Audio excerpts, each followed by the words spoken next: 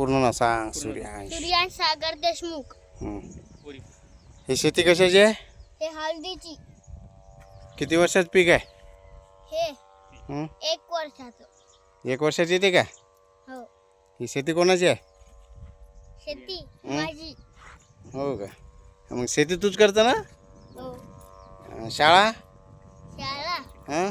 शाळा करतो पहिले आणि मग येतो. मग शेती करता?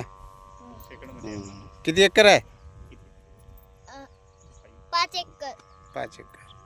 हे दिसत आहे 5 एकर आहे का? हो. हे आंब्याचे झाडे आमचेच आहे ते.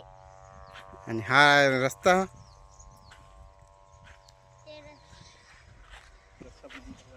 रस्ता बी आमचाच आहे.